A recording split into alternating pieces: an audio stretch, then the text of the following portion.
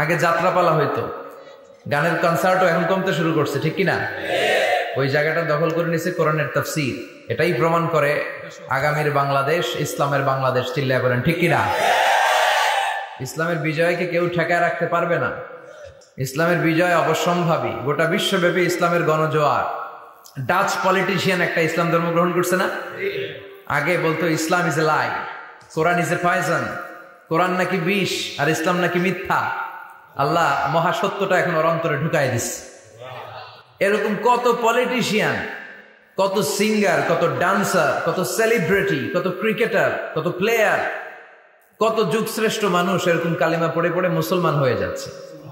সব নিউজগুলো আসে না, কারণ এই নিউজগুলো মিডিয়াতে কাভার হলে গোটা বিশ্বব্যাপী তোলপাড় শুরু হয়ে যাবে, ঠিক কিনা? ওরা ওই দিক দিয়ে আমাদের বিরুদ্ধে প্রচারণা চালায় যে ইসলাম মানে হচ্ছে জঙ্গিবাদ, ইসলাম মানে হচ্ছে সন্ত্রাসবাদ। এগুলো বলতে বলতে ইউরোপ আমেরিকার যে সাধারণ নাগরিক, ওদের কান ওরা ঝালাপাড়া করে ফেলছে। ইউরোপ আমেরিকার খ্রিস্টান নাগরিকরা ভাবলো ঘটনা কি, ইসলামের ব্যাপারে এত কথা কেন? What is Islam? এটা আবার কি? Let's check in Google. একটু চেক করি গুগলে, বুক ফেয়ার গুলোতে কিছু বই পড়ে দেখি ইসলাম সম্পর্কে। ওরা পড়তে শুরু করলো। আমাদের বিরুদ্ধে অপপ্রচার চালালে এটা আমাদের পক্ষের প্রচারণা হয়ে যায়, ঠিক কিনা? ওরা জানতে পড়তে শুরু করলো। অনেকে ইসলাম দ্বারা ইমপ্রেসড, অনেকে impressed, convinced. Now they accepted Islam, they converted to Islam. তারা খ্রিস্ট ধর্ম ছেড়ে দিয়ে মুসলমান হয়ে কালিমা পড়ে নিয়েছে। এই বাণীটা একটা বিপ্লবী বাণী, লা ইলাহা মুহাম্মাদুর রাসূলুল্লাহ। ঝিনুকের ভেতর লুকিয়ে থাকে যেমন মতি, ঝিনুকের ভেতর লুকিয়ে থাকে যেমন মতি, কালমা শাহাদাতে আছে আল্লাহর জ্যোতি, কালমা শাহাদাতে আছে আল্লাহর জ্যোতি। সুবহানাল্লাহ পড়ো। এটার মধ্যে একটা লাইট আছে, লাইট স্পার্ক করে, এটা জ্যোতি, এটা আল্লাহর নূর। এটা যারা অন্তরে একবার প্রবেশ করতে পারে, সে সত্য ছাড়া চোখে আর কিছু দেখে না। এই কালেমার পক্ষে শক্তি যারা, তারা সত্য আর ন্যায়ের পক্ষে। চিল্লায় বলেন ঠিক কিনা? এটা পৃথিবীর সবচাইতে শ্রেষ্ঠ জিকির, আফদলু জিকির লা ইলাহা ইল্লাল্লাহ। আবার বিশ্বনবী বললেন, মান ক্বালা লা ইলাহা ইল্লাল্লাহ সিদকান মিন কলবিহি দাখালাল জান্নাহ। অন্তর থেকে একনিষ্ঠতার সাথে একবার যে লা ইলাহা পড়বে, ওই লোকটা জান্নাতে প্রবেশ করবে। তার অপকর্মের কারণে, তার পাপের কারণে হয়তো সে পানিশমেন্ট পাবে জাহান্নামে, কিন্তু ফাইনালি সব শেষে সে জান্নাতে ঢুকবে, ঠিক কিনা? সহিহ ইবনে হিব্বান আর মুস্তাদরাকে হাকিমের এক বর্ণনা, মুসা আলাইহিস সালাম আল্লাহকে প্রশ্ন করলেন, ইয়া আল্লাহ আল্লিমনি কালিমাতান আযকুরু বিহা ওয়া আদউ বিহা। আল্লাহ, আপনি আমারে একটা কালিমা শিখান, একটা জিকির শিখান, যে জিকিরটা দিয়ে শুধু আমি আপনার জিকির করব। এই জিকির কেউ জানবে না, শুধু জানবো আমি আর আপনি। সুবহানাল্লাহ পড়েন। আল্লাহ বললেন, ইয়া মুসা ইকরা লা ইলাহা ইল্লাল্লাহ। মুসা তুমি পড়ো লা ইলাহা ইল্লাল্লাহ। মুসা আলাইহিস সালাম বললেন, আল্লাহ বলছি এমন জিকির যেটা আমি আর আপনি ছাড়া কেউ জানবে না। লা ইলাহা এটা তো জাতীয় জিকির, এটা তো ইন্টারন্যাশনাল জিকির, এটা তো সবাই জানে। আমি তো চেয়েছিলাম এক্সক্লুসিভ একটা। আল্লাহ বললেন, মুসা লা ইলাহা ইল্লাল্লাহর চেয়ে শ্রেষ্ঠ জিকির আমার কাছে নাই। আমি আল্লাহর দেয়া সর্বশ্রেষ্ঠ জিকির হচ্ছে লা ইলাহা ইল্লাল্লাহ। লাউ তাদাউ লা ইলাহা ইল্লাল্লাহ ফি কাফফা ওয়াস সামাওয়াতু ওয়াল আরদু ফি কাফফা। ও মুসা, সাত আকাশ সাত জমিন যদি দাঁড়িপাল্লার এক পাল্লায় রেখে দাও, আর লা ইলাহা আরেক পাল্লায় রেখে দাও, লা রাজাহাত কাফফাতু লা ইলাহা ইল্লাল্লাহ, মুহূর্তেই লা ইলাহার পাল্লাটা ভারী হয়ে যাবে। এটা একটা বিপ্লবী বাণী, এটা ভিক্ষা করার বাণী নয়। জুমার নামাজের পরে একটা টাকা দিয়া যান, আমি গরিব ইনসান, আছে না নাই? আখিরাতে সওয়াব পাইবেন পাহাড়ের সমান। আর জিকির ধরে লা ইলাহা ইল্লাল্লাহ। অনেকে মনে করে এটা ভিক্ষা করার জিকির, কপাল পোড়া। আমরা ভিক্ষার সাথে এটাকে জুড়ে দিয়েছি। এটা একটা বিপ্লবী বাণী। এই বাণীর অর্থ, এটার ইম্পর্টেন্স, এটার সিগনিফিকেন্স আর তাৎপর্য যে বুঝে, সে আল্লাহ ছাড়া কারো সামনে মাথা নত করতে পারে না। চিল্লা এখন ঠিক কিনা? তাফসীর ফি জিলালিল কুরআনের রচয়িতা সৈয়দ কুতুব শাহীদ, নাম শুনছেন? গোটা বিশ্বব্যাপী তার নাম আর ডাক। তিনি ফি জিলালিল কুরআন লেখে গোটা বিশ্বের যুবকদের অন্তর কাঁপিয়ে দিয়েছিলেন। এই সমাজে তিনি জাহালাত দেখে এই জাহালাতের বিরুদ্ধে কলম ধরেছেন। আর যুগশ্রেষ্ঠ তাফসির রচনা করেছেন, তাফসির ফি জিলালিল কোরআন। এটার অনেক ভাষায় ট্রান্সলেশন হয়েছে, বাংলায় পাওয়া যায়, খুব সম্ভব আল কোরআন একাডেমি লন্ডন এটা ট্রান্সলেট করেছে। তো উনি এই কালিমার পক্ষে থাকার কারণে, ইসলামী আন্দোলনের কারণে তৎকালীন প্রেসিডেন্ট জামাল আব্দুল নাসের ওনাকে ফাঁসি দেওয়ার আদেশ দিয়েছে, ফাঁসির কাস্টে ঝুলিয়ে মৃত্যুদণ্ডের অর্ডার করেছে। তো জেল কোডের নিয়ম অনুযায়ী যাদেরকে ফাঁসি দেওয়া হবে, হ্যাঙ্গিং করা হবে, হ্যাঙ্গিং করার ঘন্টাখানিক আগে ওই কারা কর্তৃপক্ষ থেকে নিয়োগ দেয়া জেলখানার ইমাম সাহেব এসে তাদেরকে লা ইলাহা পড়ায়। কি পড়ায়? লা ইলাহা ইল্লাল্লাহ পড়ায়। তো সৈয়দ কুতুব শাহিদ উনিও যখন ওনাকে ফাঁসির কাজটা ঝুলানো হবে, ওই মুহূর্তে জেল কোডের নিয়ম অনুযায়ী ইমাম সাহেব এসে সৈয়দ কুতুব সাহিবকে বলতে আরম্ভ করলো যে আমি আপনাকে কালিমা পড়াতে এসেছি, আপনি পড়েন লা ইলাহা ইল্লাল্লাহ। সৈয়দ কুতুব শাহিদ বললেন, আমারে কালিমা শিখাতে এসো না, আমি কালিমা খুব ভালো জানি। যেই কালিমা পড়ার, যে কালিমা তুমি ফাঁসির আসামিদেরকে পড়ানোর কারণে মান্থলি বেতন পাও, ওই কালিমার ব্যাখ্যা করার কারণে আমাকে ফাঁসির কাজটা ঝোলা লাগছে। তুমি কালিমা পড়াও, তুমি বেতন নাও, আর আমি কালিমার ব্যাখ্যা করার কারণে আমার ফাঁসি হয়, তার মানে তোর কালিমা আর আমার কালিমা এক কালিমা না। কালিমার মধ্যে পার্থক্য আছে না নাই? ইমানের মধ্যে পার্থক্য আছে না নাই? যে ইমানে প্রয়োজনে জ্বলে ওঠে না,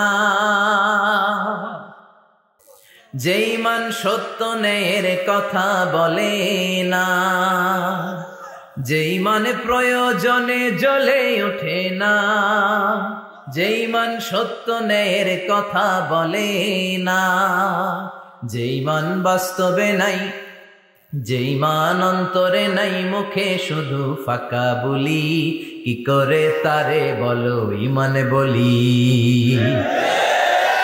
কি করে তারে বলো ইমানে বলি, কি করে তারে বলো ইমানে বলি। ঠিক না?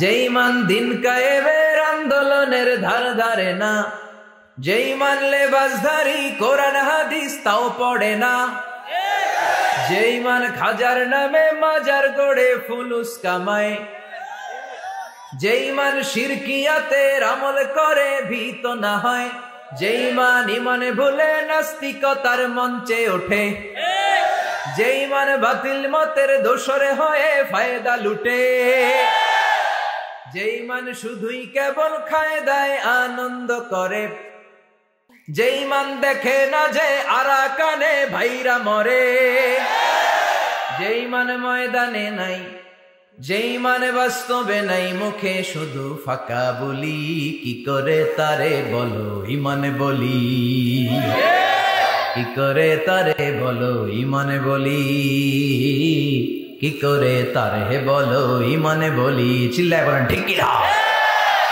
ইমানে ইমানে পার্থক্য আছে, কালেমায় কালেমায় পার্থক্য আছে। ওই কারা কর্তৃপক্ষের নিয়োগ করা ইমাম সাহেবের লা ইলাহা ইল্লাল্লাহ আর তাফসির ফি জিলালিল কোরআনের রচয়িতা সৈয়দ কুতুব শাহিদের লা ইলাহা এক কালিমা নয়, এক লা ইলাহা নয়। চিল্লায় এখন ঠিক কিনা? পার্থক্য আছে, আলাদা। এজন্য আসল লা ইলাহার অনুসারী হতে হবে। লা ইলাহার ধারক এবং বাহকরা হচ্ছে সত্য এবং ন্যায়ের পক্ষে। যত বিপদ আসে, যত আপদ আসে, যত ঝুঁকি আসে, পাহাড় সম ঝুঁকিকে ডিঙ্গিয়ে তারা লা ইলাহার কালেমার পতাকাকে উড়িয়ে দেয়। চিল্লায় বলেন ঠিক কিনা? এজন্য ইমানে ইমানে পার্থক্য আছে। আমরা যেন আসল ইমানদার হতে পারি, আল্লাহ তৌফিক দাও। আমিন। আর জোরে পড়েন আমিন। আমরা সব সময় যেন আল্লাহর জিকির দিয়ে হৃদয়টাকে সিক্ত রাখতে পারি, তুমি তৌফিক দাও। আমিন। বিষ্ণু বলেছেন লা ইয়াজালু লিসানুকা রাতবান মিন যিকরিল্লাহ, তোমার জিহ্বাটা যেন আল্লাহর জিকিরে সব সময় ভিজা থাকে। কি থাকে? সব সময় যেন পড়ি সুবহানাল্লাহ, আলহামদুলিল্লাহ, লা ইলাহা ইল্লাল্লাহ। সব সময় যেন আমরা পড়ি আল্লাহু আকবার। বিষ্ণু বললেন আহাব্বুল কালাম ইলাল্লাহি আরবা। খেয়াল রাখবেন, আল্লাহর কাছে সবচেয়ে প্রিয় কথা চারটা। কয়টা? আহাব্বুল কালামি ইলাল্লাহি আরবা। আল্লাহর কাছে সবচাইতে প্রিয় কালাম হচ্ছে চারটা। লা ইয়াদুররুকা বিআইহিন্না বাদাতা। এই চারটার কোনটা দিয়ে শুরু করবে এটা তোমার ব্যাপার, আগে পরে করলেও কোনো সমস্যা নাই। চারটার একটা হচ্ছে সুবহানাল্লাহ, আরেকটা হচ্ছে আলহামদুলিল্লাহ, আরেকটা হচ্ছে লা ইলাহা ইল্লাল্লাহ, আরেকটা হচ্ছে আল্লাহু আকবার। যেন সবসময় আল্লাহর জিকির করতে রাজি আছেন তো? আল্লাহরে ডাকতে রাজি আছেন? ফাযকুরুনি ওয়াশকুরুলি। আল্লাহ বলেন, যদি আমার জিকির করো আমিও তোমাদের জিকির করি, যদি আমার স্মরণ করো আমিও তোমাদের স্মরণ করি। আবার বিশ্বনবী বললেন, আল্লাহ ঘোষণা দেন, ফাইন যাকারানি ফি নাফসি যাকারতুহু ফি নাফসি। আমার বান্দা যদি একা একা আমার জিকির করে আমি আমার বান্দাকে একা একা স্মরণ করি। ওয়া ইন যাকারানি ফি মালাইন যাকারতুহু ফি মালাইন খায়রিম মিনহু। আর মহা সম্মেলনে যদি বান্দা আমারে স্মরণ করে আমি এর চাইতো শ্রেষ্ঠ মহা সম্মেলন ফেরেশতাদেরকে নিয়ে আমার বান্দাকে স্মরণ করি। ওয়া ইন তাকাররাবা ইলাইয়া শিবরান তাকাররাবতু ইলাইহি দিরাআন। আমার বান্দা যদি আমার দিকে 1 বিঘত আসতে চায় আমি আমার বান্দার দিকে 1 হাত এগিয়ে যাই। আমার বান্দা যদি আমার দিকে 1 হাত আসতে চায় আমি আমার বান্দার দিকে 2 হাত চলে যাই। ওয়া ইন আতানি ইয়ামশি আতাইতুহু হারওয়ালা। আর আমার বান্দা যদি আমার কাছে হেঁটে হেঁটে আসতে চায় আমি আমার গোলামের দিকে দৌড়ে দৌড়ে যাই। ওই আল্লাহরে ভুলে গিয়ে আমরা মাজারে যে সিজদা দেই, কপাল পোড়া। আছে না নাই? দুদেল বান্দা কালমা চোরে, না পায় শ্মশান না পায় ঘর, দিন থাকিতে আয়রে পথে ছাইড়া দে ভণ্ডামি ভণ্ডামি ভণ্ডামি ভণ্ডামি, ছাইড়া দে ভণ্ডামি। ঠিক কি না? ভণ্ডামির সাথে আমাদের সম্পর্ক আছে? মাজার পূজার সাথে ইসলামের কোনো সম্পর্ক আছে? নামাজ কালাম পড়ে না ইবলিশ শয়তানের নানা। আছে না নাই? এলাকায় মনে হয় নাই, অনেক জায়গায় আছে দেখবেন লাল সালু দিয়া উঁচু করা। সাইয়েদনা আলীকে মদিনায় বিশ্বনবী পাঠালেন আর বললেন, যত উঁচু মাজার দেখো ভেঙে মাটির সাথে গড়িয়ে দাও। কবরস্থান উঁচু হবে না, কবর হবে সমান। এটাকে সেফটি দেওয়ার জন্য, সিকিউরিটি দেওয়ার জন্য আপনি চারদিকে সিম্পল বেড়া বা দেয়াল দিতে পারেন, যাতে গরু ছাগল যে এই কবরের অসম্মান না করে। আমরা আশরাফুল মাখলুকাত, আমরা বেঁচে থাকলেও যেমনি সম্মান আছে আমাদের, মরে গেলেও সম্মান আছে না নাই? আল্লাহ বললেন, ওয়ালাকাদ কাররামনা বনি আদম। আমি বনি আদমের সম্মান বাড়িয়ে দিয়েছি। জীবিত অবস্থায় যেমনি সম্মান, মরে গেলেও সম্মান। ঠিক কি না? বিশ্বনবী দেখলেন একটা লাশ যাচ্ছে, লাশ দেখে নবী দাঁড়িয়ে গেলেন। সাহাবারা বললেন, ইয়া রাসূলুল্লাহ ইন্নাহু ইয়াহুদি, এটা ইহুদির লাশ। দাঁড়ালেন কেন? বসেন। বিশ্বনবী বললেন, আওয়ালাইসাত নাফসান, এটা কি মানুষ না? এটা হোক না ইহুদি, হোক খ্রিস্টান, হোক নাস্তিক, এটা তো মানুষ। আমি তো মানুষকে সম্মান দিয়েছি। I have dignified the status of the sons of Adam. আমি বনি আদমের সম্মানকে বাড়িয়ে দিয়েছি। সবার উপরে মানুষ সত্য, তাহার উপরে নাই। এজন্য কবরকে সিকিউরিটি দিতে হবে, কিন্তু গম্বুজ বানানো যাবে? লাল সালু দেয়া যাবে? মাজারে আগরবাতি দেয়া যাবে? মোমবাতি, মশারি। অনেক মাজারের উপরে লম্বা মশারি টাঙানো আছে না নাই? ওর বাবারে মশাই কামড়ায়, কত বড় ডাকাত। তো মশাই যদি নিচ থেকে তাড়াইতে না পারে, ও তোমারে কি করবে? কথা বলেন। মশা তাড়াতে পারে না নিজের গা থেকে, তোমারে কি বাঁচাবে? দেখবেন যে লোকটা মাজারে মশারি দেয় ওর বাবার ডেঙ্গু জ্বর, ওর বাপেরে মশাই খায়, ওর মারে মশাই খায়। গোটা বিশ্বের সবগুলো আল্লাহর ওলি যদি একটা গ্লাসের পানিতে ফু দেয়, আর আপনার মা যদি আপনার মাথার মধ্যে হাত বুলিয়ে দেয়, আপনার মা যদি আপনার বুকে একটা ফু দিয়ে দেয়, সব পীর সাহেব একদিকে, মায়ের দোয়া আরেকদিকে। মায়ের দোয়া মুহূর্তে আবার আল্লাহর আরশে পৌঁছে যাবে। এজন্য বিশ্বনবী বলতেন, সালাসু দাওয়াতিন মুস্তাজাবা, 3টা দোয়া আল্লাহ কবুল ফিরিয়ে দেন না। 1 নম্বরে হচ্ছে দাওয়াতুল মুসাফির, সফর অবস্থায় দোয়া করলে কবুল করে কে? আল্লাহ। 2 নম্বরে দাওয়াতুল মাজলুম, অত্যাচারিত ব্যক্তির দোয়া কবুল করে কে? আল্লাহ। 3 নম্বরে দাওয়াতুল ওয়ালিদাইনি লিওয়ালাদিহি, মা বাবা যখন হাত তুলে ছেলে মেয়েদের জন্য আল্লাহর কাছে দোয়া করে, ওই দোয়াটাও কবুল করে কে? আল্লাহ। মাজারে মশারি দিবেন? লাল সালু দিবেন? আগরবাতি, মোমবাতি, কোন মানত? মাজারে মানত করা যায় না। ইন্নী নাযারতু লিররহমানি সাওমা, মানত করতে হয় রহমানের নামে। মানত হবে একজনের নামে, চিল্লায় বলেন তিনি কে? আল্লাহ। এজন্য মাজারে কিছু দেয়া যাবে না। এই ভণ্ডামি গোটা বাংলাদেশ ব্যাপী। আমরা বলে যাচ্ছি যতটুকু শুধরানোর শুধরাবে। হেদায়েত দেওয়ার মালিক একজন, চিল্লায় বলেন তিনি কে? আল্লাহ। অনেক পীর আছে এরকম ভণ্ড পীর, সারা বছরে নাকি একবারও গোসল করে না। 365 দিনে ওর গোসলের রুটিন একদিন। আর ওই একদিনের গোসলের পানি মুরিদরা সব খাইয়া শেষ করে ফেলা। নাউজুবিল্লাহ কইবেন না? নামাজ কালাম পড়ে না, ইবলিশ শয়তানের নানা, ধর্মের একখান খুঁটি ধইরা কয়দিন করবা হয়রানি। ভণ্ডামি ভণ্ডামি ভণ্ডামি, ছাইড়া দে ভণ্ডামি।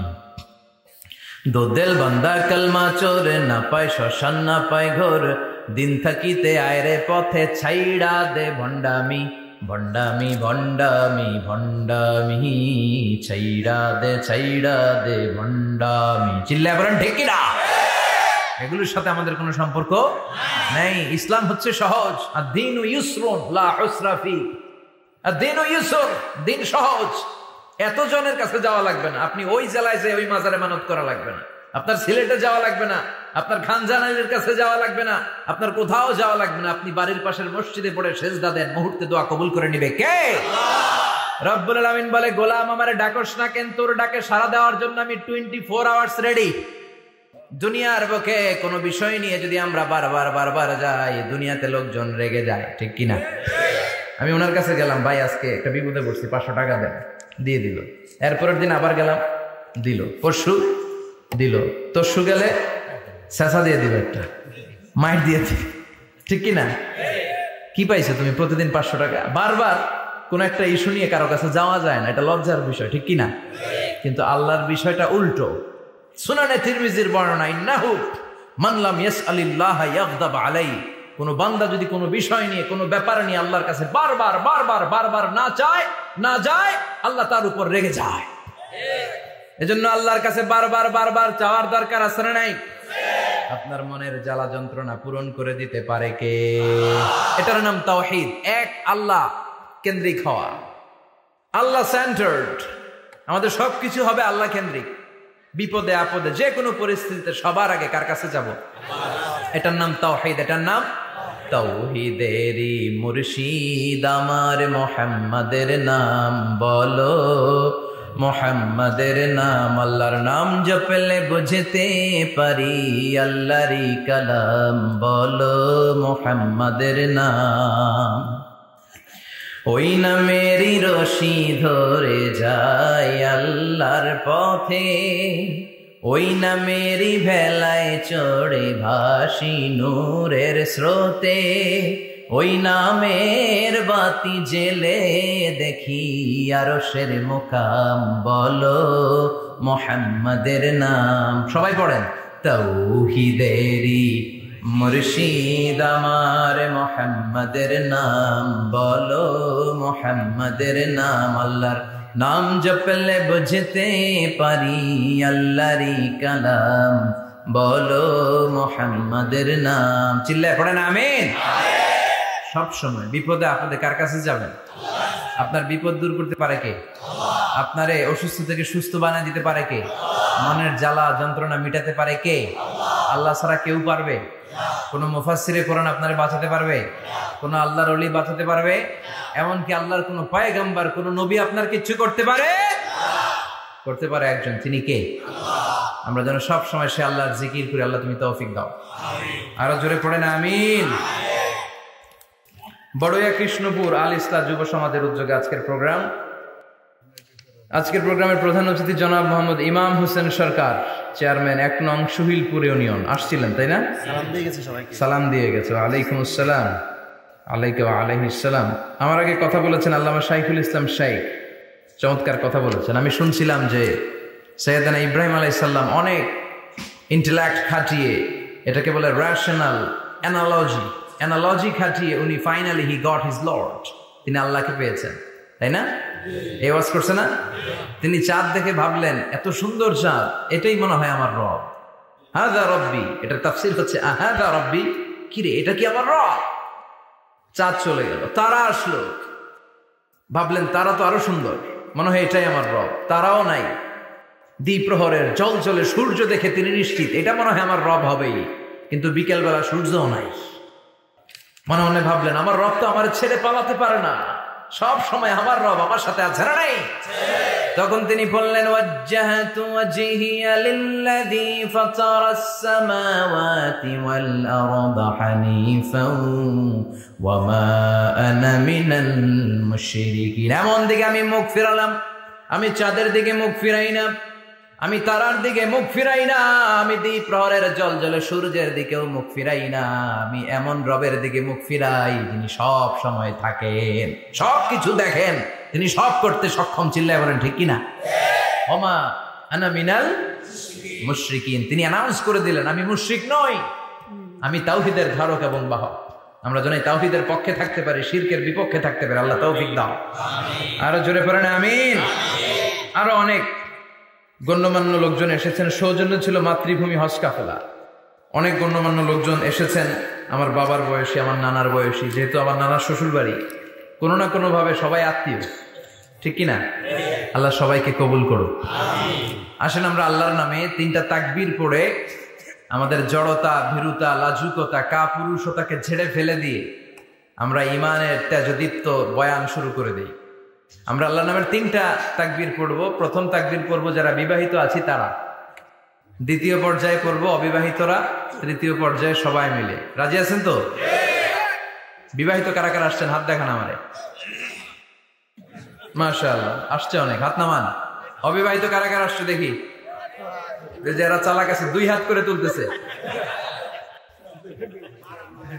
দুই হাত করে তুলছে এরা, এক হাত করে তুলো। মা এর সব অবিবাহিত, এই দুষ্টগুলা সব একসাথে থাকে। আল্লাহ এদেরকে ইসলামের জন্য তুমি কবুল করো। আমিও যুবকদের ভালোবাসি বেশি, যুবকরাও আমারে ভালোবাসে বেশি। আল্লাহ এই ভালোবাসাগুলো যেন কোরআনের জন্য হয়, ইসলামের জন্য হয়। আল্লাহ এই যুবকদেরকে সাইয়েদনা হামজার মতো কবুল করো, ওমরে ফারুকের মতো ইসলামের সৈনিক হিসেবে কবুল করে নাও। হাত নাও। তো আমি লিল্লাহি তাকবীর বললে বিবাহিতরা প্রথমে পড়বেন আল্লাহু আকবার, দ্বিতীয় পর্যায়ে আমি লিল্লাহি তাকবীর পড়লে অবিবাহিতরা পড়বেন আল্লাহু আকবার। দেখি আমার নানার শ্বশুরবাড়ির এলাকার লোকদের কাদের গলায় জোর বেশি, বিবাহিতদের না অবিবাহিতদের? বড়ুয়া কৃষ্ণপুরে বিবাহিতদেরকে আঞ্চলিক ভাষায় আপনারা কি বলেন? বিয়াইতা। একই, অনেক জায়গায় বলে বিয়াতা। তারপর নোয়াখালীতে না কোন জায়গায় শুনলাম বিতি, বিতি আর আবিতি। এখানে বিয়াইতা আর আবিয়াইতা। তো শুরুতে বিবাহিতরা তাকবীর পড়বেন। শুরুতে বিবাহিতরা রেডি হয়ে যান। আপনারা রেডি? আপনারা প্রথমে তাকবীর পড়েন, লিল্লাহি তাকবীর। মাশাআল্লাহ। এবার অবিবাহিতদের পালা।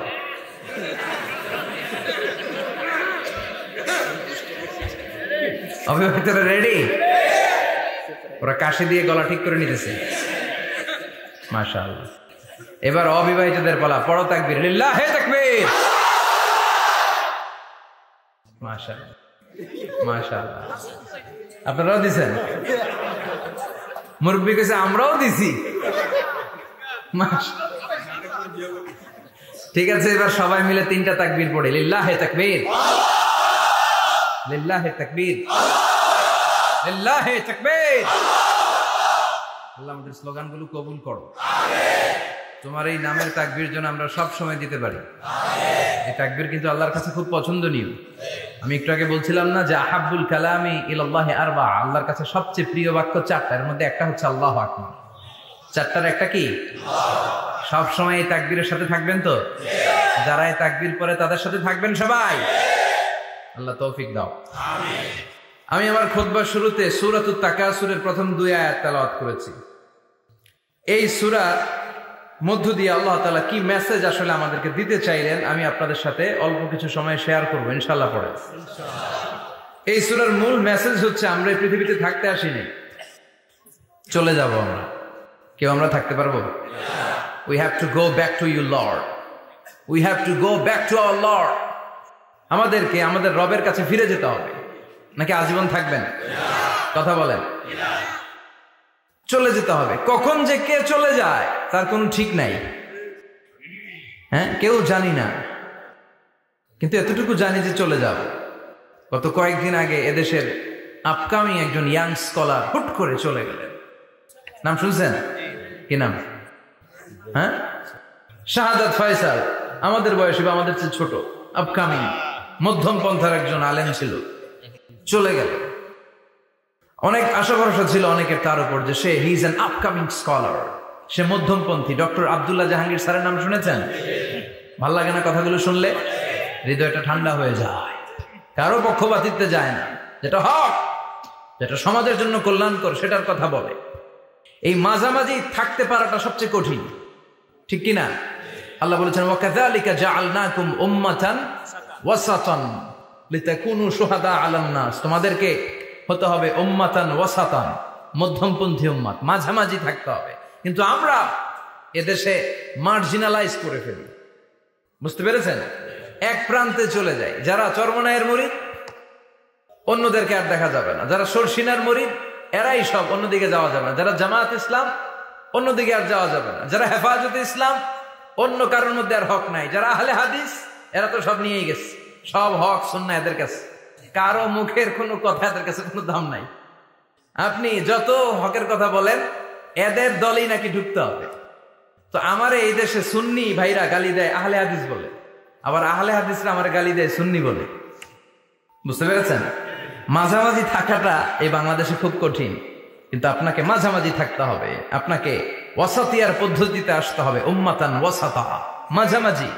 মাঝামাঝি ডানেও না বায়েও না, সিরাতুল মুস্তাকিমে ডান বাম নাই, এটা সোজা। এই রাস্তা একবার যদি উঠে যান এই রাস্তা শেষ হয়ে যাবে জান্নাতুল ফেরদাউসের ভিতরে, চিল্লায় বলেন ঠিক কিনা? এই জন্য আমরা যেন মিডল পাথ ধরি, আমরা যেন কট্টর না হই, আমরা যেন মাঝামাঝি হই। আপনি তাবলিগ করতে পারেন, করেন, খুব ভালো।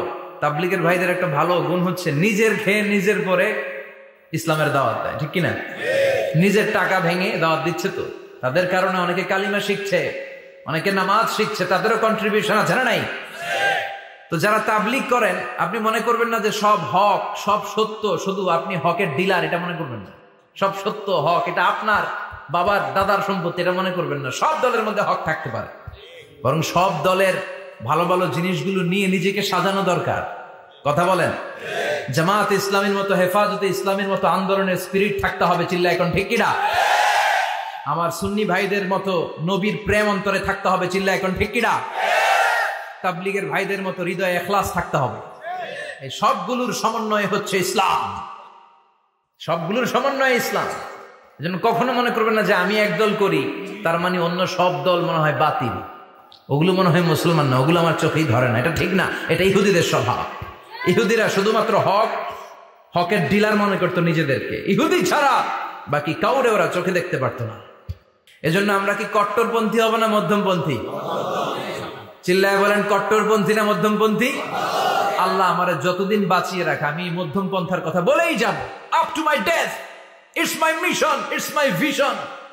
এটাই আমার লক্ষ্য, যে মধ্যম পন্থার ইসলামকে প্রমোট করা, যেটা বিশ্বনবীর ইসলাম, যেটা মদিনার ইসলাম, যেটার মধ্যে বাড়াবাড়ি নাই, ছাড়াছাড়ি নাই, ঠিক কিনা? আল্লাহ তুমি আমাদেরকে বুঝার তৌফিক দান করো। সূরার নাম হচ্ছে সূরাতুত তাকাসুর। চিল্লায় বলেন কি নাম? এই সূরার সেন্ট্রাল সাবজেক্ট ম্যাটার হচ্ছে we have to go back to our Lord. আমাদেরকে ফিরে যেতে হবে আমাদের রবের কাছে। আমরা কেউ আজীবন থাকতে আসি নাই। থাকতে পারবো আজীবন? দাদা চলে গেল, বাবা চলে গেল, মা চলে গেল, মামা চলে গেল, খালু চলে গেল, এরপর আমাদের টনক নড়ে না, তাই না? পাগল পড়া হয়ে আছে এই পৃথিবীর জন্য। মরতে যে হবে এটা ভাববার সময়টুকু আমাদের নেই। আমরা ব্যস্ত আমাদের ক্যারিয়ার নিয়ে, আমাদের লাইফ নিয়ে, আমাদের সমাজ নিয়ে, আমাদের ফ্যামিলি নিয়ে, আমাদের সন্তান আর সম্পদ নিয়ে আমরা super busy. We are leading a very super busy life. We don't have even a single time to think about death. মৃত্যু নিয়ে ভাবার একটা মুহূর্ত আমাদের নাই। কিন্তু পৃথিবীর সবচাইতে সুনিশ্চিত বিষয় হচ্ছে মৃত্যু, ঠিক কিনা? The most certain thing in our life is death. আমাদের জীবনের সবচাইতে সুনিশ্চিত বিষয় হচ্ছে মরণ, মরবই আমরা। And the most uncertain thing in our life is the time of death. আর আমাদের জীবনের সবচেয়ে অনিশ্চিত বিষয় হচ্ছে মৃত্যুর সময়। আমরা জানি না মরবো, যে এটা জানি, জানেন না? কিন্তু কখন মরবো এটা জানি। এই সূরাটা আপনারে এই জিনিসটা জানান দিতে এসেছে যে দুনিয়ার সম্পদ, লোভ, লালসা এগুলো নিয়ে পড়ে থেকো না। এই যে আমাদের ফ্যামিলি, আমাদের বাচ্চা কাচ্চা, আমাদের এত টাকা পয়সার হিসেব, মাস শেষে বাড়ি ভাড়া, গ্যাসের বিল, এইটা সেটা। আপনি কি মনে করছেন যে আপনি চলে গেলে এগুলো থেমে থাকবে? কিছুই থেমে থাকবে না, সব চলবে আগের মতো, থাকবেন না আপনি। এজন্য শাহাদাত ফয়সাল ওনার ফেসবুকে সর্বশেষে লিখে গিয়েছিল, আমি হীন দুনিয়া, মানে এমন দুনিয়া যেটাতে আমি নাই, সব চলে, সকাল গড়িয়ে বিকেল হয়, শীত শেষে গ্রীষ্ম আসে, দিন শেষে রাত নামে, সব চলে, নাই শুধু আমি। চিল্লায় বলেন ঠিক কিনা? তো এজন্য এগুলি একটু ভাবেন। অনেক ব্যস্ত আমরা, এই দুনিয়ার পুরো জীবনটা এটা হচ্ছে লালসাময় একটা জীবন, লোভ, মরিচিকা, মায়াজাল। এই মায়াজালে আমরা আটকে আছি, ফলে মৃত্যুর কথা আমরা ভুলে গিয়েছি। পাগলের মতো ছুটছি, আরো টাকা লাগবে, আরো খ্যাতি লাগবে, আরো যশ লাগবে, আরো দাপট লাগবে আমার। এত টাকা দিয়ে কি হবে? এত সম্পদ দিয়ে কি হবে? এত ব্যস্ততা দিয়ে কি হবে তোমার? স্টপ, থামুন, অনেক হয়েছে, আম্মা থামুন। Take a rest, take a breath and think about death. Think that you have to go back to your Lord. একটু বসেন না, একটু ভাবেন যে আমাকে চলে যেতে হবে, চলে যেতে হবে। এই কোলাহল, এই ব্যস্ততা, এগুলো থাকবে, থাকবো না আমি। সাইয়েদনা ওমর ফারুক বলেছেন, মুতু ক্বাবলা আন তামুতু, মরার আগে একবার মরো। হাসিবু ক্বাবলা আন তুহাসাবু আলাইকুম, তোমার হিসাব নেওয়ার আগে তুমি একবার নিজের হিসাবটা করো না। কাগজ বের করে একটু লিখো না কি কি ভালো কাজ করছিলা, যেগুলো দিয়ে নাজাতের ওয়াসিলা হতে পারে, 1 2 3, আর কি কি আকাম কুকাম করছো দেখো না, লিখে দেখো তোমার অবস্থাটা কি। মরার আগে একবার মরো। মরার আগে খাটের মধ্যে শুয়ে শটান করে চোখ বন্ধ করে একবার মরার ভান করে দেখেন কেমন লাগে। চোখটা বন্ধ করেন আর ভাবেন আপনি নাই, কি কি হতে পারে ভাবেন। আপনার ছেলেমেয়েরা কান্না জুড়ে দিবে, আপনার প্রাণের স্ত্রী বিলাপ শুরু করে দিবে, বন্ধু বান্ধবের চিৎকার আর মাতম, স্থানীয় এলাকার মসজিদে ঘোষণা, অমুক এলাকার নিবাসী অমুক ভাই অমুকের ছেলে অমুক দুনিয়ায় নাই। সব আত্মীয়রা চলে আসবে, ফেসবুকে স্ট্যাটাস দেয়া হবে, সবাই সবাইকে জানাবে বিকাল 4টায় অমুক হাই স্কুল ময়দানে আপনার জানাজা। ছুটে আসবে, সবাই ছুটে আসবে আপনাকে শেষ বিদায় দিতে, গুড বাই জানানোর জন্য, আল ওয়াদা, বিদায় জানাতে আসবে সবাই। 4 তাকবীর দিয়ে আপনার জানাজা হবে, অশ্রুসিক্ত জানাজায় আপনার বিদায় হবে। কাঠের খাটিয়ার মধ্যে করে কাঁধে তুলে আপনার কবরে নেওয়া হবে, আগে থেকে খুঁড়ে রাখা কবরটার মধ্যে আপনারে বিছিয়ে দেয়া হবে, বাঁশের কচি দিয়ে তার উপরে মাটির চাপা দিয়ে সব চলে যাবে। ভাবেন না একবার চোখ বন্ধ করে, this is the circle of life, this is the nature of life. এটা সবার হবে, আমার হবে, আপনার হবে। এত মায়া, এত ভালোবাসা কই যাবে? কেউ থাকবে না, সবাই আপনার অন্ধকার কবরে রেখে দিয়ে চলে আসবে। উপরে বাঁশের কঞ্চি, তার উপরে মাটির চাপা, অন্ধকার আর অন্ধকার। এই অন্ধকার যেন শেষ হতে চায় না, শুধুই অন্ধকার, ঠিক কিনা? এজন্য আমাদের চলে যেতে হবে। দাদা গেল, চাচা গেল, মামা গেল, আমাদেরকেও যেতে হবে, জোরে কোন ঠিক কিনা? একদিন মাটির ভেতরে হবে ঘরে মন আমার, কেন বন্ধ দালান ঘর, প্রাণ পাখি উড়ে যাবে পিঞ্জর ছেড়ে,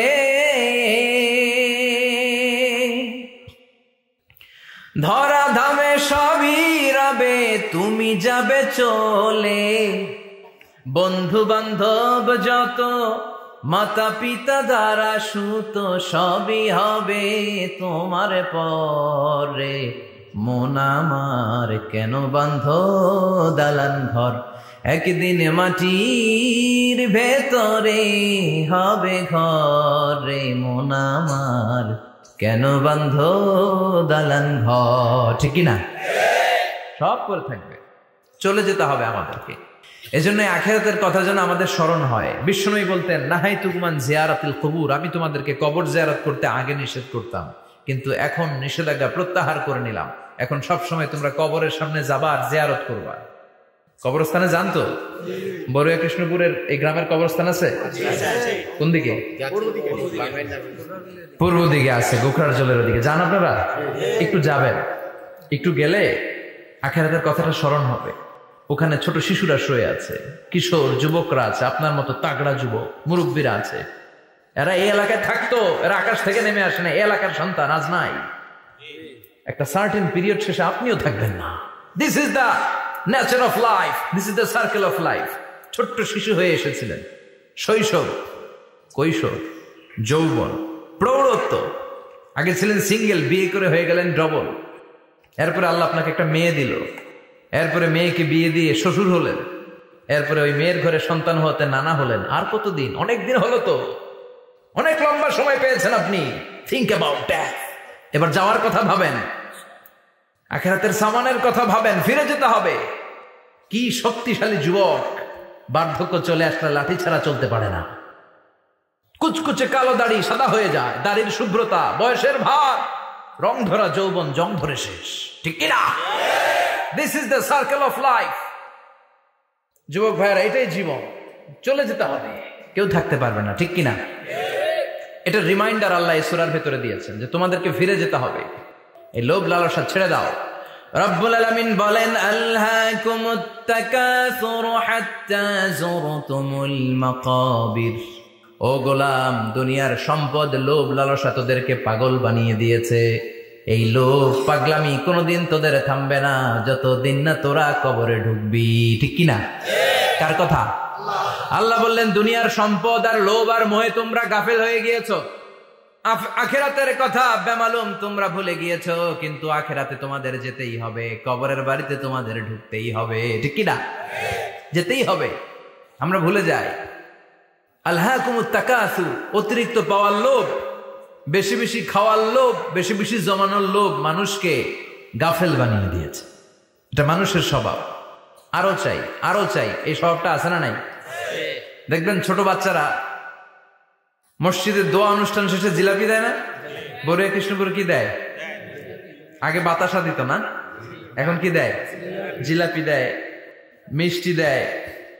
তো মসজিদের 2-3 গেট থেকে যদি দেয়, ছোট বাচ্চারা দেখবেন এদিক দিয়ে কয়েকটা নিয়ে আবার ওই গেটে লাইন ধরে। ওর হাত হলো ছোট হাত, ওর হাত ভর্তি জিলাপি, আর নেওয়ার জায়গা নেই, এরপর আরেক জায়গায় লাইন ধরছে, আরো লাগবে, আরো লাগবে, এই আরো আরো আরো চাই। এই স্বভাবটাই মানুষকে কুড়ে কুড়ে শেষ করে দিয়েছে। এত লাগবে কেন তোমার? চাহিদার কোনো শেষ নাই। Unlimited demand of human being. যার আছে বেশি তার চাই বেশি। যার সাইকেল আছে তার হুন্ডা চাই, হুন্ডা আছে তো প্রাইভেট কার চাই, প্রাইভেট কার আছে তো প্লেন চাই, প্লেন আছে তো হেলিকপ্টার চাই, হেলিকপ্টার আছে তো ওইটা চাই, ওইটা আছে তো সেটা চাই, ঠিক কিনা? এলাকার মেম্বার যে হয়েছে চেয়ারম্যান হতে চায়, আছে না নাই? চেয়ারম্যান সাহেব এমপি হতে চায়, আছে না নাই? এমপি সাহেব মন্ত্রী হতে চায়, আছে না নাই? মন্ত্রী সাহেব প্রধানমন্ত্রী হতে চায়, আছে না নাই? কিন্তু এই দেশে সুযোগ নাই। কথা কন, এই দেশে প্রধানমন্ত্রী সিলেক্টেড। 2-3 জনের বাইরে কেউ প্রধানমন্ত্রী হইতে পারবি না, ঠিক কিনা? আমার এই জীবনে তো আমি 2-3 জনই দেখলাম। বেগম খালেদা জিয়া, মাননীয় প্রধানমন্ত্রী শেখ হাসিনার ছোট্টবেলা দেখেছি এরশাদকে, আমরা তখন ছোট। তো মানুষের চাহিদার কোনো শেষ নাই, যার আছে বেশি তার চাই বেশি। এজন্য বিষ্ণু বলেছেন, উনজুরু ইলা মান হুয়া আসফালা মিন, তোমার চেয়ে যে খারাপ আছে ওর দিকে তাকাও। ওয়ালা তানজুর মান হুয়া আ'লা মিন, তোমার চেয়ে যে ভালো আছে ওর দিকে তাকায়ও না, তোমার চেয়ে যে খারাপ অবস্থানে আছে ওর দিকে তাকাও। অনেকে নিজের অবস্থান নিয়ে সুখী না, এরকম আছে না নাই? আল্লাহ আমার এটা দিল না রে, ওইটা দিল না রে, পাইলাম না রে, কিচ্ছু হয় না, কি করব জীবন, হতাশ। আসলে আছে কিন্তু অনেক, কিন্তু শুকরিয়া নাই, টাকা, ঠিক কিনা? নিজের অবস্থান নিয়ে সুখী না, কিন্তু অনেক লোক আছে তারা আপনার অবস্থানে পৌঁছতে চায়। তাদের দিকে তাকিয়ে দেখেন, আপনি যে অবস্থানে আছেন এই অবস্থানে পৌঁছাটা অনেকের কাছে স্বপ্ন। তারা প্রতিনিয়ত সংগ্রাম আর স্ট্রাগল করে যাচ্ছে আপনার অবস্থানে পৌঁছতে, আর আপনি এটা নিয়ে সন্তুষ্ট না। শেখ সাদির নাম শুনেছেন? বালাগাল উলা কাশাফাদ দুজা, এই কবিতাটার রচয়িতা, ইরানের বিখ্যাত এক কবি। উনি একবার আর্থিক সমস্যার মধ্যে দিয়ে সময় কাটাচ্ছেন, টাকা নাই, পয়সা নাই, পায়ে দেওয়ার মতো জুতা নাই। উনি খুব দুঃখ পেলেন, হায় রে, আমি ইরানের এত বড় কবি, আমার পায়ে দেওয়ার মতো জুতা নাই। দুঃখ ভরা মন নিয়ে রাস্তায় হাঁটতে বেরোলেন। হাঁটতে হাঁটতে হঠাৎ দেখলেন একটা লোক শুয়ে শুয়ে কাঁদছে, ওই লোকটার 2টা পাই নাই, পাই নাই। উনি সেজদায় পড়ে গেলেন, আল্লাহর কাছে ক্ষমা চাইলেন, আল্লাহ অনেক দিয়েছো, শুকর আলহামদুলিল্লাহ। এজন্য যেই পরিস্থিতিতেই থাকি না কেন আমরা কি পড়বো? জোরে বলেন কি পড়বো? এজন্য আল কানাতু মিনাল ইসলাম, অল্পে তুষ্ট থাকার নাম হলো ইসলাম। সম্পদ লাগবে কিন্তু সম্পদের পাহাড় লাগবে না, ঠিক কি না? অল্প খান, অল্প পড়েন, অল্প জমান, অল্পের ভেতরে বরকত ঢুকাইয়া দিছে কে? দেখবেন যাদের সম্পদ অল্প তারা সুখী বেশি। জরিপে এটা দেখা গিয়েছে, অনেক সার্ভেতে এটা এসেছে, যারা সম্পদশালী এরা দুঃখী বেশি, এদের দুঃখ বেশি, টেনশন বেশি। খুব স্বাভাবিক, টাকা যার বেশি রোগ তার বেশি, টাকা যার বেশি টেনশন তার বেশি, টাকা যার বেশি ঘরে শান্তি তার কম। আছে না নাই? ঘরের ভেতরে অশান্তি, ছেলে কথা শোনে না, ছেলে টানে গাঞ্জা, মেয়ে করে পরকিয়া। আছে না নাই? স্ত্রী কথা শোনে না, ভালোবাসা নাই, ঘরটা জাহান্নামের টুকরা। রোগ বালাই, এক একটা হসপিটাল বিল পরিশোধ করতে মাসে 5 লাখ 10 লাখ। আছে না নাই? কিছু খেতে পারে না, ডাক্তার একেবারে ডায়েট মেনু বেঁধে দিয়েছে। ডায়েট, ভেরি ডায়েট মেনু, এটা এটা এটা এটা কিছুই খাবেন না, শুধু গরু খাবেন না, খাসি খাবেন না, চিংড়ি খাবেন না, খালি ঘাস খাবেন। ইচ্ছে মতো ঘাস খাবেন, মানে ঘাস জাতীয় যত আইটেম আছে সব খাবেন, শাক খাবেন, সবজি খাবেন, সালাদ খাবেন। গরু, চিংড়ি, মুরগি, গোশত, ইলিশ কিছু খেতে পারে না। তাহলে রোগ বেশি, খাওয়ার মজা নাই, ঘরে সাংসারিক শান্তি নাই, খালি ব্যারাম আর ব্যারাম, ঠিক কিনা? কিন্তু সম্পদের পাহাড় ঘটেছে। আর অল্প যারা খায়, অল্প পড়ে, রিক্সাওয়ালা, কুলিওয়ালা, অল্প বেতনের চাকরি, কিন্তু হক হালালি মেনে চলে, দেখবেন শান্তি আছে অনেক। হ্যাঁ, বাসা ভাড়া দেয়, ফ্যামিলি চালায়, বাচ্চাদের স্কুল বিল, এরপরও মাস শেষে 1-2 হাজার টাকা হাতে থেকে যায়। আর ওর প্রতি মাসে 10 কোটি টাকা ইনকাম, তারপরও ব্যাংকের ঋণ আছে না নাই? সুখ কারে বলে? কিভাবে আপনি সুখকে ডিফাইন করবেন? সুখ তো টাকায় কিনা যায় না, শান্তি টাকা দিয়ে হয় না, শান্তি দেওয়ার মালিক কে? শান্তি আছে অল্প খেয়ে শুকর করার মধ্যে, শান্তি আছে আলহামদুলিল্লাহর মধ্যে। চিল্লায় বলেন ঠিক কিনা? এজন্য অল্প খাবো, অল্প পড়বো, অল্প জামাবো, অল্পের ভেতরে বরকত দিয়েছে কে? দেখেন, ধনী ভাইরা খেতে পারে না, কিন্তু রিক্সাওয়ালার কি সমস্যা হয়? রিক্সাওয়ালারা সব খেতে পারে। কুলিওয়ালা, দিন মজুর, এরা একেবারে স্লিম সুঠাম দেহি, মেদহীন পেট, পেটে কোনো মেদ নাই, ঘুড়ি নাই। আর কোটিপতিদের মেদ আছে না নাই? এত বড় বড় পেট, ঠিক কিনা? আমাদেরও পেট আছে, তবে হালাল পেট, এটা হারাম টাকা দিয়ে এই ভুড়ি বানাই নাই আমরা। ছিল্লে বলেন ঠিক কিনা? রিক্সাওয়ালা, কুলিওয়ালা নিজেও নামাজ পড়ে, বউও নামাজ পড়ে, বাচ্চাটাও নামাজ পড়ে, রিক্সা চালায় আর জিকির করে লা ইলাহা ইল্লাল্লাহ, লা ইলাহা ইল্লাল্লাহ মুহাম্মাদুর রাসূলুল্লাহ সাল্লাল্লাহু আলাইহি ওয়াসাল্লাম। সুখ আর শান্তি, তাদের ঘরে সুখ। ধনী, কোটিপতি, ভিআইপি, সিআইপিস, এদের রাতে ঘুম নাই। 1 ঘন্টা ঘুমানোর জন্য 4টা ট্যাবলেট খাওয়া লাগে, এরকম আছে না নেই? কিন্তু ঘুমের জন্য যে ট্যাবলেট খাওয়া লাগে রিক্সাওয়ালা এটা জানেই না। ওর যেখানে রাইত ওইখানেই, ওর মাথা বিছনায় লাগতে দেরি, ওর ঘুম আসতে দেরি হয়। ওর ঘুমে নাকের ডাকের আওয়াজে ট্রাকের ইঞ্জিনও ফেল। সুবহানাল্লাহ পড়েন। এজন্য অনেক বেশি সম্পদের পাহাড় করা লাগবে, এই চিন্তা যেন আমাদের মাথায় না আসে। চিল্লায় বলেন ঠিক কিনা? এজন্য রব্বুল আলামিন বলেন, আলহাকুমুত তাকাসুরু হাত্তা যুরতুমুল মাকাবির। বেশি বেশি সম্পদ উপার্জনের আকাঙ্ক্ষা তোমাদেরকে আখিরাত থেকে গাফেল বানিয়েছে। এই গাফলতি কশিনকালেও তোমাদের কমবে না যতক্ষণ না তোমরা কবরে ঢুকবা। হাত্তা যুরতুমুল মাকাবির, মাকবারাতুনের প্লুরাল মাকাবির, যতক্ষণ না কবরে না ঢুকবা, কবরস্থান তোমার আবাসস্থল না হবে, ততক্ষণ পর্যন্ত এই চাই চাই মানসিকতা কমবে। মানুষের স্বভাব হলো আরো চাই, আরো চাই, আরো চাই করে। ফকিরেরা কারা? আল্লাহ গালি দিয়ে বললেন, তোরা সব ফকিরনি। তোরা কি? ইয়া আইয়ুহান নাসু আনতুমুল ফুকারাউ ইলাল্লাহ ওয়াল্লাহু হুয়াল গানিয়ুল হামিদ। সুবহানাল্লাহ পড়েন। আল্লাহ ডেকে বললেন, গোলাম আনতুমুল ফুকারা ইলাল্লাহ, তোমরা সবাই ফকির, ধনী হলো একজন, তিনি কে? আল্লাহ শুধু ধনী। আর মানুষের স্বভাব হচ্ছে আরো চাই, আরো চাই। ওর 2 তলা বিল্ডিং, আমার 3 তলা লাগবে। ওর 2টা গাড়ি আছে, আমার 3টা লাগবে। আছে না নাই? বিশ্বনবী বললেন, কিয়ামতের আগ দিয়ে মানুষের মধ্যে আকাঙ্ক্ষায় প্রতিযোগিতা বেড়ে যাবে, প্রতিযোগিতামূলক টেন্ডেন্সি। কার চেয়ে কে বড় হতে পারে, কার চেয়ে কে বেশি টাকার পাহাড় বানাতে পারে। আছে না নাই? বিশ্বনবী বললেন, ওয়া আনতারাল হুফাতাল উরাতাল আলাতা রিয়া আশ-শাইয়াতা তাওয়ালুনা ফিল বুনিয়ান। কিয়ামতের আগে এমন কিছু লোক যাদের গায়ে দেওয়ার মতো জামা ছিল না, পায়ে দেওয়ার মতো জুতা ছিল না, পেটে দেওয়ার মতো খাবার ছিল না, সমাজের কেউ তাদেরকে চিনতো না, হঠাৎ করে এই লোকগুলো ধনী হয়ে যাবে। And they will start to construct, they will compete to construct high rises building in the cities. শহরে গ্রামে এরা বড় বড় বিল্ডিং বানানো শুরু করবে। এই উঁচা উঁচা বিল্ডিং আমাদের সমাজে আছে না নাই? কৃষ্ণপুরে 2 তলা 3 তলা বিল্ডিং আছে নি? আছে। আজ থেকে 20 বছর আগে ছিল? আমি তো 20 বছর আগে যখন আসছি কিছুই ছিল না, খালি পানি আর পানি। আর এখন 2 তলা 3 তলার অভাব নেই। গরিপুর পাশে না আপনাদের? এদিকে গরিপুর, গরিপুরে যে বিল্ডিং আছে বাংলাদেশেও নাই, ঠিক কিনা? সারা বাংলাদেশের সবচেয়ে দামি জায়গা হচ্ছে গরিপুর বাজারের জায়গা, জানেন এটা? বসুন্ধরা, গুলশান, বনানী, বাড়িধারা, উত্তরার 3-4 ডবল দাম এই জায়গায়, ঠিক কিনা? বিল্ডিং এর পর বিল্ডিং। আমি যখন ঢাকা যাই দেখি গরিপুর আসতেছে, মানে গরিপুরের বিল্ডিং আর শহরগুলো আস্তে আস্তে হাইওয়ের পাশাপাশি চলে আসতেছে। প্রতি বছর আইসা দেখি কিছু আগাইছে, 2-3 বছর পরে এইটা একেবারে হাইওয়ের সাথে চলে আসবে। খেয়াল করছেন? ঢাকা যাওয়ার সময় গরিপুর আগাইতেছে, খালি গরিপুরের বিল্ডিং, গরিপুরের শহর আগাতে আগাতে আগাতে ঢাকা চট্টগ্রাম মহাসড়কের কাছাকাছি চলে আসছে। এই যে বিল্ডিং বানানোর প্রতিযোগিতা, কুমিল্লা শহরে আজ থেকে 20-25 বছর আগে 5 তলা 6 তলা একটা বিল্ডিং ছিল না, এখন 10 তলা 20 তলা আছে না নাই? ঢাকায় আজ থেকে 20 বছর আগে 10 তলা বিল্ডিং খুঁজে পাইতেন আপনি? নাই। গোটা বিশ্বব্যাপী এখন টাওয়ার বানানোর প্রতিযোগিতা। বিশ্বনবী বললেন এদের কোনো টাকা ছিল না। পৃথিবীর সবচেয়ে বড় টাওয়ার এখন আরব দেশে, এদের কোনো টাকা ছিল না।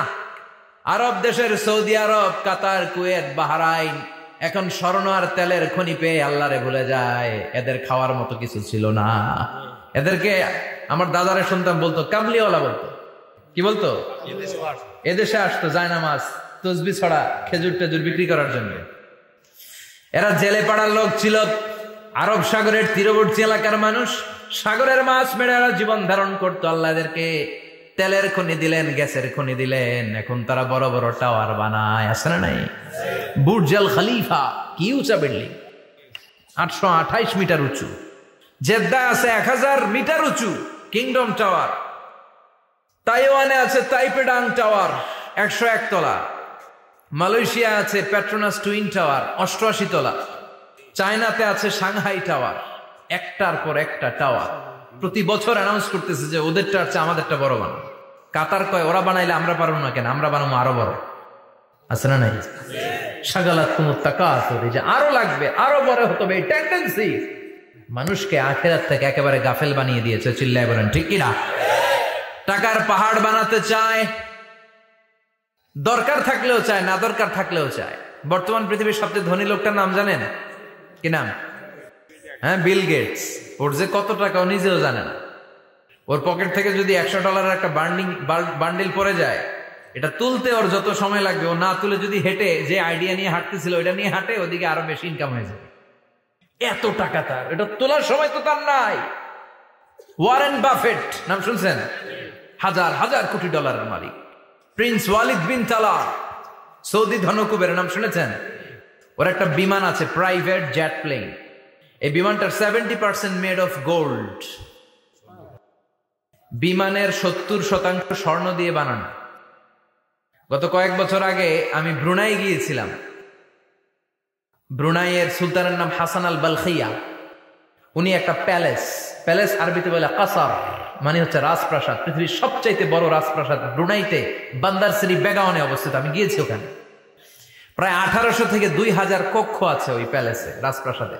ওই রাজপ্রাসাদের টয়লেটের কমোড গুলো মেড অফ গোল্ড, স্বর্ণ দিয়ে বানানো। নাউজুবিল্লাহ পড়বেন না? এই হাসান আল বালখিয়া নিজে বিমান চালায়। ওর সংগ্রহে 500টা রোলস রয়েস লাক্সারিয়াস কার আছে। 500 রোলস রয়েস। গুগল ইউটিউব যারা করেন সার্চ দিয়ে দেখবেন ওর কি পরিমাণে গাড়ি। রোলস রয়েস গাড়ি হচ্ছে one of the luxurious car in the world. Car ব্র্যান্ডের মধ্যে যত দামি কার ব্র্যান্ড আছে এর মধ্যে রোলস রয়েস একটা, যেগুলোর দাম কমসে কম এদেশের টাকায় 8 কোটি থেকে 10 কোটি টাকা। আচ্ছা বলেন, এই গাড়িগুলো যারা হাই প্রোফাইলের ভিআইপিস, তারা ফ্যামিলির সবাইকেও যদি একটা করে গাড়ি দেয়, একজনের কয়টা গাড়ি দরকার? 5টা 10টা 20টা, ধরলাম যে 20টা গাড়ি লাগবে ওনার, 500 গাড়ি দিয়ে উনি কি করবে? তার সংগ্রহে 500টা রোলস রয়েস, স্বর্ণেরও গাড়ি আছে, তার স্বর্ণের পালঙ্ক আছে, আমি দেখে এসেছি। পোরশে, ফারারে, লাম্বরগিনি, এই টাইপের যে ব্র্যান্ডগুলো আছে, অভাব নাই। তার মানে আছে, যার বেশি চায় তত বেশি। চিৎকার করে বলেন ঠিক কিনা? এজন্য আল্লাহ বললেন আলহাকুমুত তাকাসুরু হাত্তা যুরতুমুল মাকাবির। দুনিয়ার লোভ তোমাদেরকে আখিরাত থেকে গাফেল বানিয়ে দিয়েছে। দুনিয়ার লোভ লালসার মধ্যে পড়ে আখিরাতকে বেমালুম তোমরা ভুলে গিয়েছো। এই গাফলতি কোনোদিন কমবে না যতদিন না তোমরা কবরে ঢুকো। ঠিক কিনা? সম্পদ উপার্জনে ইসলাম বাধা দেয় না, কিন্তু সম্পদ হৃদয়ে স্থান দেয়া যাবে না। সম্পদ উপার্জন করতে হবে, খরচ করে ফেলতে হবে। বেশি সম্পদশালী হতে হলে আল্লাহর সন্তুষ্টির জন্য যাকাত দিতে হবে। কে দিতে হবে? দে যাকাত, দে যাকাত, তোরা দে রে যাকাত, তোর দিল খুলবে পরে, আগে খোলো খাত। দে যাকাত, দে যাকাত, তোরা দে রে যাকাত। ঠিক কিনা? দিল পরে খুলবে, আগে হাত খোলেন। হাত খুললে দেখবেন দিলটারে খুলে দিয়েছে কে? সাইয়েদনা মুসা আলাইহিস সালামের জামানায় ওনার চাচাতো ভাই ছিল মিশরের সবচাইতে বড় ধনী, যাকাত দেয় নাই। তার কি করুণ পরিণতি হয়েছে কোরআনে আছে না নাই? এত সম্পদ ছিল, তার সম্পদগুলো সে সিন্ধুকে আটকে রাখতো। আর এই সিন্ধুকের চাবিগুলো আলগানোর জন্য, কাঁধে নেওয়ার জন্য 10 জন লোক লাগতো। সিন্ধুক কাঁধে নেওয়ার জন্য, সিন্ধুকের চাবির গোছা কাঁধে নেওয়ার জন্য কয়জন? তাহলে কি পরিমাণ সম্পদ ছিল?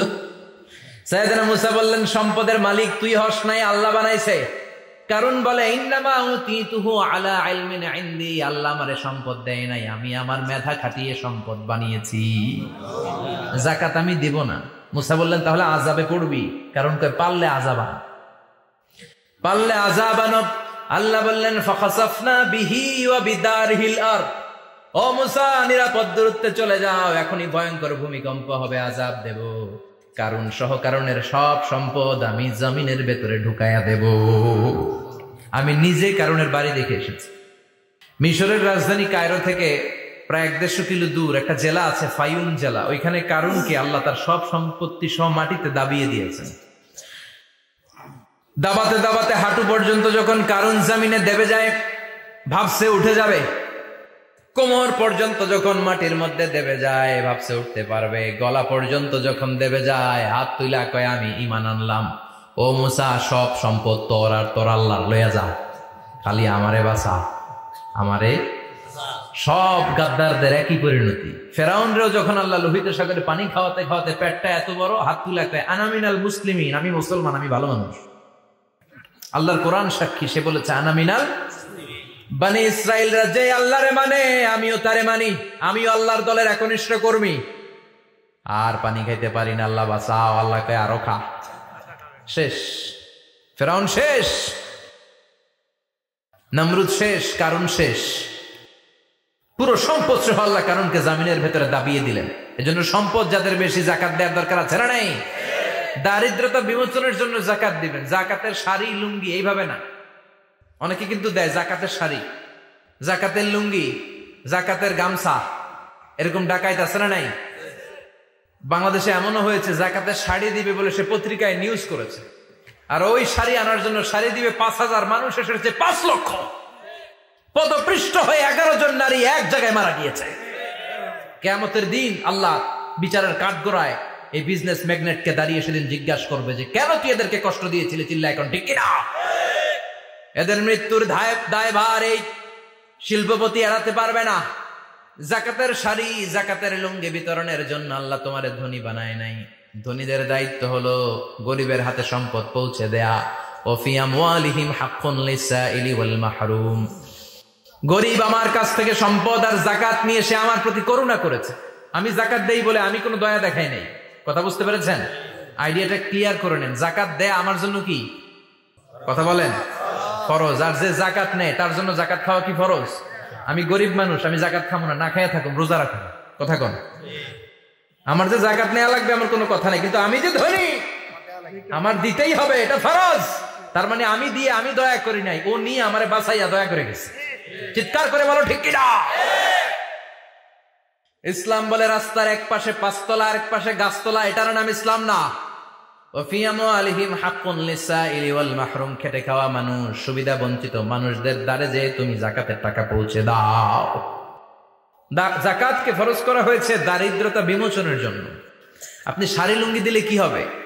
ওরে শাড়ি দিচ্ছেন দুপুরে, রাত্রেবেলা ও আরেক জায়গায় লাইন ধরে আছে, বিরিয়ানির প্যাকেট দিতেছে ওইখানে, কথা কোন সারাটা বছর ও যাকাতের টাকা নেবে, ওর কিচ্ছু হবে না।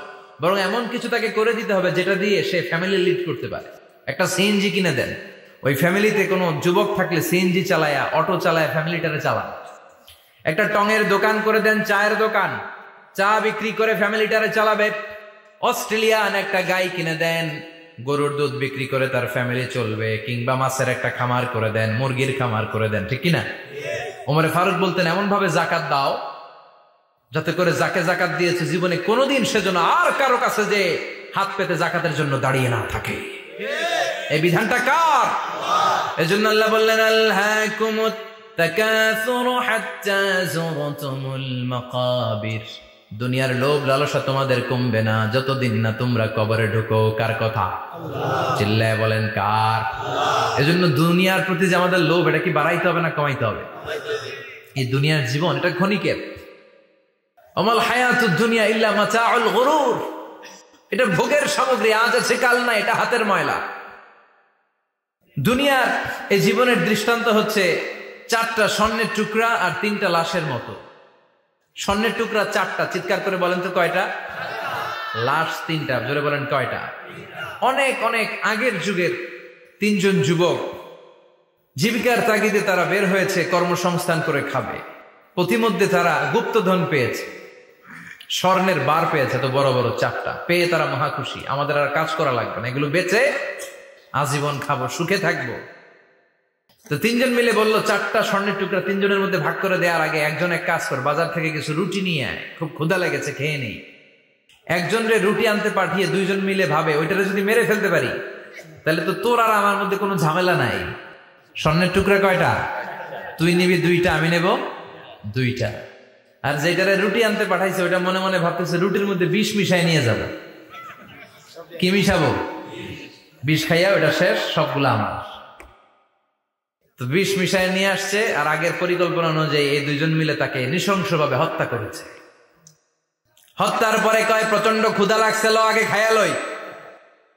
2 জন মিলে বাজার থেকে আনা বিষ মাখানো রুটি খেয়ে ওই 2টাও শেষ।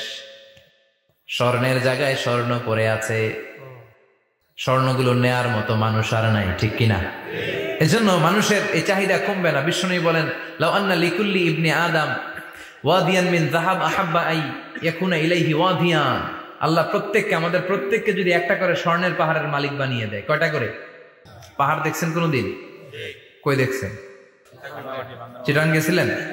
এই চট্টগ্রামে গেলে দেখা যায় কি পাহাড়। এই একটা পাহাড় স্বর্ণের, একটা স্বর্ণের পাহাড়ের মালিক যদি আমাদের এক একজনকে বানায় দেওয়া হয়, এরপর আমরা চাবো আরেকটা স্বর্ণের পাহাড়ের মালিক কেমন করে হওয়া যায়। আচ্ছা বলেন তো, একটা স্বর্ণের পাহাড় আমার 14 পুরুষ বিক্রি করে খাইলেও শেষ করতে পারবো এটা? তো আরেকটা কেন লাগবে আমার? ওয়ালাই আমলা আফাহু ইল্লা তুরাব, বিষ্ণু বলেন কবরের মাটি যতক্ষণ না তোর মুখে না ঢুকবে, তোর এই চাওয়া চাওয়া খাই খাই সব বন্ধ হবে না। এজন্য আল্লাহ বললেন আলহাকুমুত তাকাসুরু হাত্তা যুরতুমুল মাকাবির, দুনিয়া তোমাদেরকে গাফেল বানিয়ে দিয়েছে, গাফলতি কমবে না যতদিন না কবরে ঢুকো। কবরে ঢুকা লাগবে, কবরে ঢুকা লাগবে না? কবরে আমাদেরকে যেতেই হবে, যেখানেই থাকেন। কবরের প্রশ্ন আছে না নাই? অনেকে বলে হুজুর বিমান হামলায় মারা গিয়েছে, বিমান জ্বলে পুড়ে ছাই হয়ে গিয়েছে, তার কবর কোথায়? তার আত্মাটা যেখানে আছে ওই জায়গায় প্রশ্ন আছে না নাই? অনেকে বলে হুজুর সাগরের মধ্যে পড়ে মারা গিয়েছে, তিমি মাছ খেয়ে ফেলেছে, তার কোনো অস্তিত্ব নাই, কিন্তু তার রুহুটা আছে না নাই? প্রতিটা রুহু সংরক্ষণ করে কে? প্রত্যেকটা আত্মা আল্লাহর কাছে সংরক্ষিত থাকে। প্রতিটা রুহু, প্রতিটা মানুষ মালাকুল মউতকে দেখতে পায়। আপনিও দেখবেন, আমিও দেখব।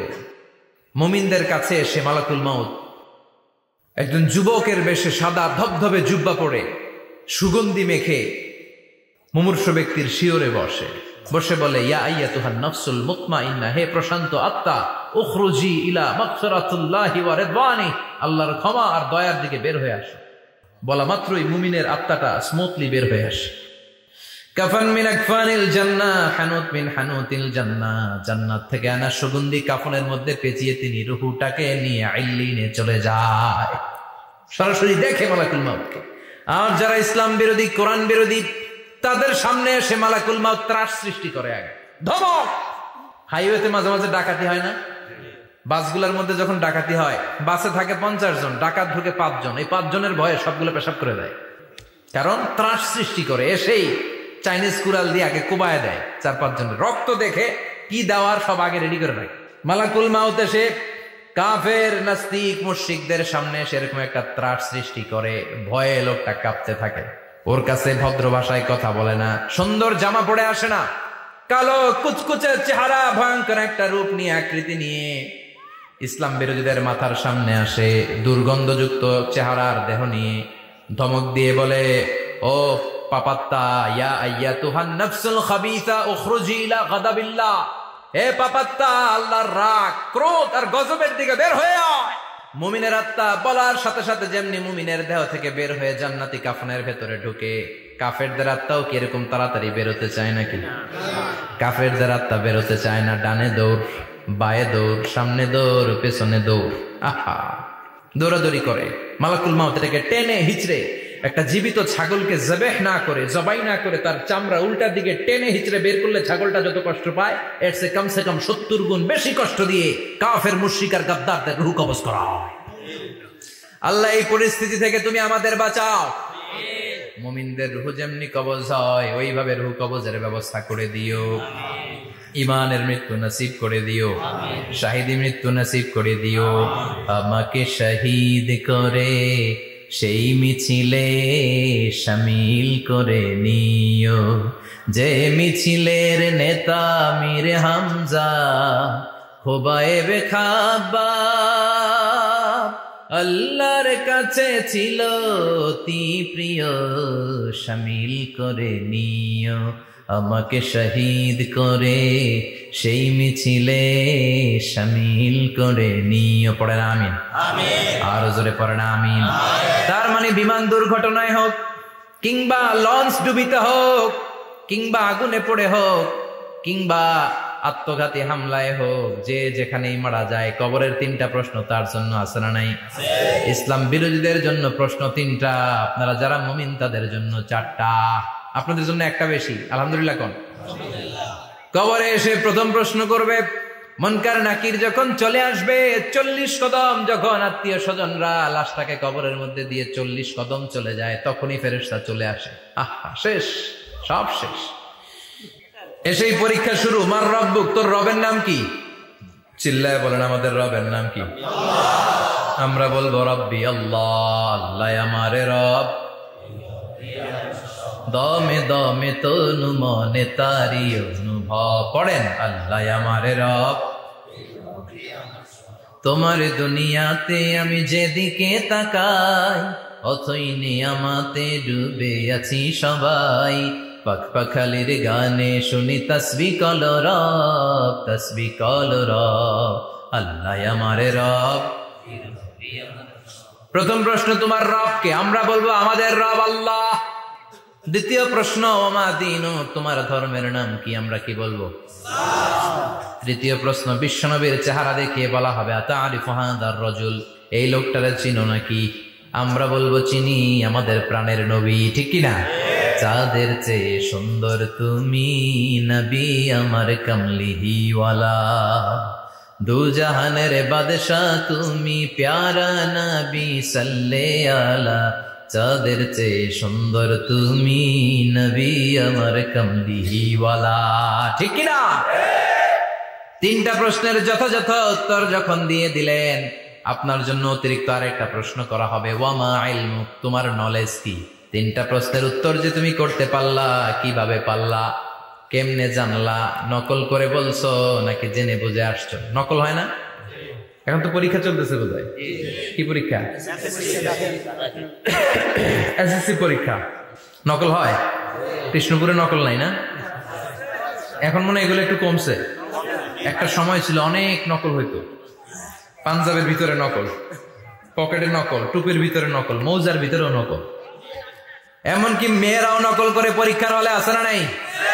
স্কেলের মধ্যে লিখে নিয়ে যায়, হাতের মধ্যে লিখে নিয়ে যায়, ওড়নায় লিখে নিয়ে যায়, কাপড়ে লিখে নিয়ে যায়, আসে না নাই?